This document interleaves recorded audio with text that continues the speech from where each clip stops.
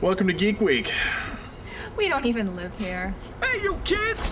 Get off my property! Is that you, Jack Conway? I'm calling your mother!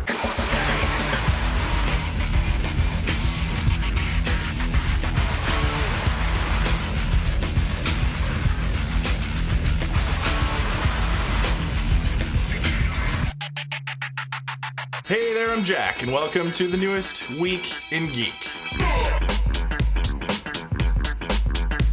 Yes, I'm fully aware that there's a giant poster of Debbie Gibson behind me. Yes, I know the producers hate me and they're trying to mess with me, and I'm gonna keep trying to work through it. Shall we? First up, video game news. Eidos Entertainment is celebrating the resurrection of the Tomb Raider license with a new cell phone game by the name of Lara Croft's Party Poker. Evidently, Laura likes chilling with her buddies on a Saturday, chomping cigars and drinking some brewskis. Gex will be in the game. Hana from Fear Effect, some other recognizable Eidos Interactive characters. It will be Texas Hold'em style poker, just like the play on the TV that's so popular right now. Should be an interesting game if you like cell phone games, and if you really want to bet money against Agent 47 from Hitman, which is probably a really bad idea. Next in comic book news, IDW, publishers of the Transformers comic books, have announced their newest project and are showing some sneak peek pictures. It is titled Transformers Evolution. It's sort of a what-if story about the Transformers during the Industrial Revolution. In it, a certain steel-driving fella by the name of John Henry finds a steam drill named Bumblebee, which transforms into a robot. And then they fight some tanks and some trains and other old-timey things that turn out to be Decepticons. And then the evil Eli Whitney teams up and makes an evil cotton gin named Starscream, and they almost battle. I made up that last part, but oddly not the beginning part about the whole steam drill and stuff. That's real, just the Eli Whitney is not. Moving on. Finally, July 18th is the most important day of this year or any year since you were born. Why? Because Warner Home Video is finally releasing Briscoe County Jr., the collector's set. That's 8 discs, 27 episodes, suggested retail $99. Of course, it stars the very talented Bruce Campbell, and more importantly, the even more talented Julius Carry, otherwise known as the Shogun of Harlem, the baddest low-down mofo around this town. They've asked me to stop saying that, quote, and I never will. That's the end of the Week in Geek. We'll catch you next time. Hi, I'm Sarah, and welcome back to Cosplay Corner. If you're wondering, this week I'm wearing the costume of Maya from Tenjo Tenge. But for simplicity's sake, I decided not to wear the wig. But I did! This week we'll be looking at some viewer cosplay. First up, the talented Firefly Sisters. Here are the sisters as Morrigan and Lilith from the hit Capcom game Darkstalkers. Next is Mary's Cry for Dawn costume from Dragon Con 2005. Here, Joellen shows off her Zelda costume from The Legend of Zelda Twilight Princess. And finally, Mary and Joellen team up again for some gorgeous War of Genesis 3 cosplay. Our next cosplayers were handpicked by me because I finally beat Kingdom Hearts 2 this week and I'm a little biased. Here Matt displays his insanely detailed Cloud costume from Kingdom Hearts 1. The sword alone is an amazing feat, but look at the details from the wing to the perfect arm gauntlets. Next, Adela steals the show as Aerith, or Eris if you prefer, from Kingdom Hearts 2. Adela has made several variations of Aerith's different costumes over the years, and each seems more lovingly detailed than the last. Let's end this with a bang. Here, Erica Dor shows us her costume from the game Lineage 2. I honestly couldn't even guess how much time and effort went into making every part, every accessory, and even every tattoo perfect. Incredible work. That's all for now. See you next week. Even the movie, and that's in Spidey 2, when he was on the train, Doc Ock beat the crap out of him and he took his mask off, and they're all like, "Oh, this is New York, Spider-Man. We'll protect your identity." Yeah, no, what the hell was that about? And you know what? That crap would never happen here in LA. It would have gone completely different.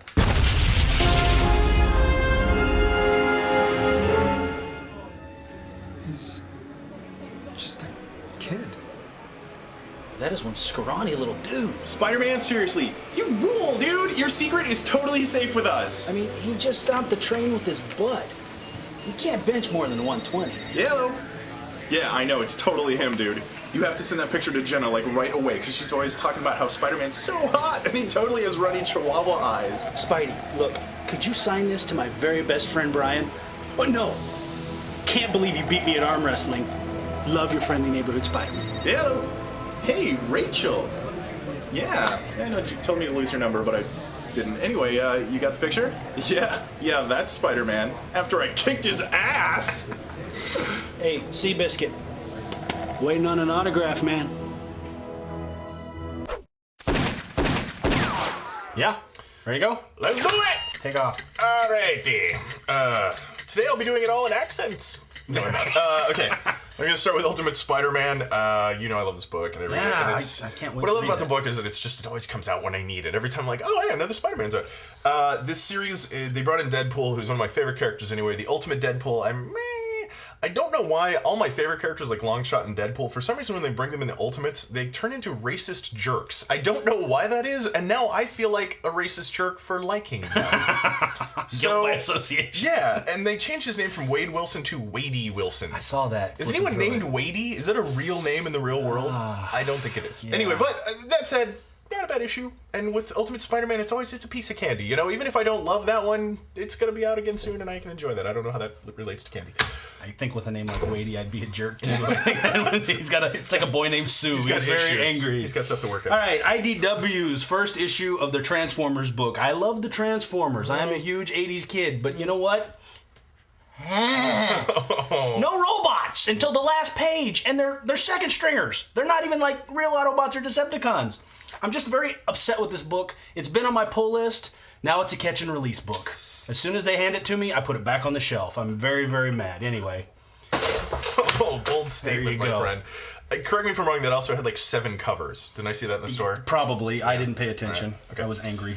Last week I covered a book that would be Moon Knight, and I said if you have 28 seconds to read a good book, if you've got like 17 seconds this week, then try out the new Miss Marvel. This is like the fastest book I've ever read, and yeah, she doesn't show the good stuff this time. Sorry, so let's just get that out of the way. A little brings a tear to my eye. less TNA. The storyline's pretty damn good. This is some very good writing, but very short writing. So it's just a quick little.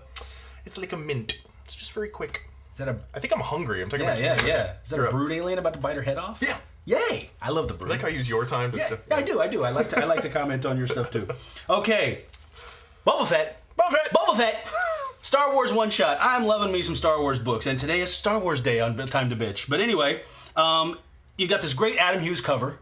All excited to read this story, and you open it up, and it's kitty animation looking little artwork. It's very sad, and Boba Fett's not really even that much of a badass in it, and he's not featured hardly at all. It's more about these 2 Empire guys that hire him, and I'm sad. Aw, pumpkin. Good cover though. Desolation Jones came out, as well as Ultimate Extinction #4. Now, I'm clumping these together because they're both by Warren Ellis. This series just ended. It's amazing, and I hope that it keeps going. I don't know if this is the end of the series or not. Please don't let it be the end of Desolation Jones, but we'll see. Ultimate Extinction 4 of 5, we're finally going somewhere. Thank God for that. So we'll see how that ends up. All right. Okay, I've been reading the Star Wars comics a lot lately. Of course, I don't want to go back and read everything, so surprise, Dark Horse came out with this Star Wars The Comics Companion, which is a chronology of every Star Wars comic that has come up to about a month ago when they released this. So, really good. If you want to get into the Star Wars universe, it's got chronological order, it's got story synopsis, it's got character breakdowns, it's really dang good. But that way you don't have to invest all the money in more Star Wars comics. Okay, so I bought the big guidebook for Kingdom Hearts 2 because I'm a big nerd, and it comes with everything, and I dropped 30 bones on this thing. And then they gave me 2 pages of the same stickers. And with the Kingdom Hearts, you need to start first with that. You love it so much. You need to start first with The that. stickers. Okay, ready? Okay, Sideshow's Luke Skywalker. I want to lick it. I want to lick the box. It's so Freaking nice. me out, dude. It's so good. This figure is so beautiful. The box, there's magnets, not Velcro. The box opens up. The figure is so nice. Nice. It's so gorgeous. I mean, if you are tired of the big ham hands Hasbro monster 12-inch action figures, go out and buy this boy. He's awesome. And I'm done. And I have more to say. Stop licking the toy. I know. He's pretty. That's it for this week. Catch you later. Take it easy. Next up on Geek Week, Spy Magician shows you how to make your very own custom Green Lantern action figure. Alright, today we're going to be making a DC Direct Captain Atom action figure into a custom Hal Jordan figure. Okay, so step one of making your custom figure will be to wash your base figure. This is very important. You want to wash this well with dish detergent and a toothbrush. Give it a good scrubbing. That'll remove any oil, dust, fingerprints, dirt, anything on the surface of the figure that's going to interfere with the paint from getting a good grip on your figure. Step two is going to involve disassembling the Captain Atom figure. You're going to heat it up with the heat gun in order to break it down into its component parts for your customizing. You're going to want to remove the head, the hands, and the legs at the hip. Step 3 is going to involve spray painting the legs and torso with the black vinyl color and the two hands with the white vinyl color. The head is not going to be spray painted. That's going to only be done in the detail stage. Step 4 is where you are going to begin painting your figure. With the body, you're going to be mainly doing the green areas of Hal's costume. You're going to be using the snot green. You can mix in a little bit of skull white or chaos black if you'd like, depending on the tone of the costume color that you'd like to get, either a brighter green, a darker green.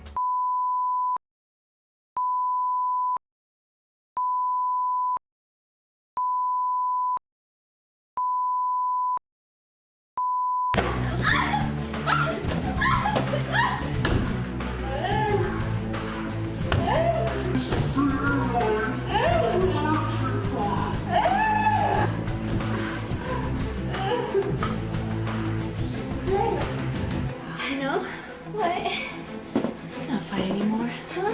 Let's be friends. Oh!